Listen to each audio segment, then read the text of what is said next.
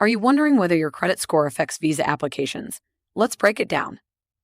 In most cases, your credit score doesn't directly influence your visa decision.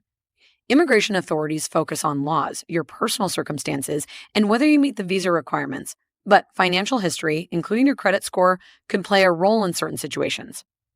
For some visa types, like student or work visas, you need to prove financial stability.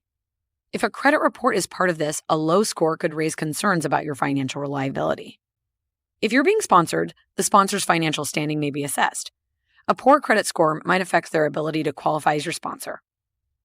In some countries, applying for permanent residency or citizenship includes a review of your credit history to assess financial responsibility. Planning to apply for a business or investment visa, your financial background, including credit history, could be closely examined during the process. Even if credit scores aren't part of the visa process, they can affect your ability to open bank accounts, rent housing, or get loans in your new country. To avoid surprises, always check the specific visa requirements for your destination. Not all countries consider credit scores, but it's good to be prepared.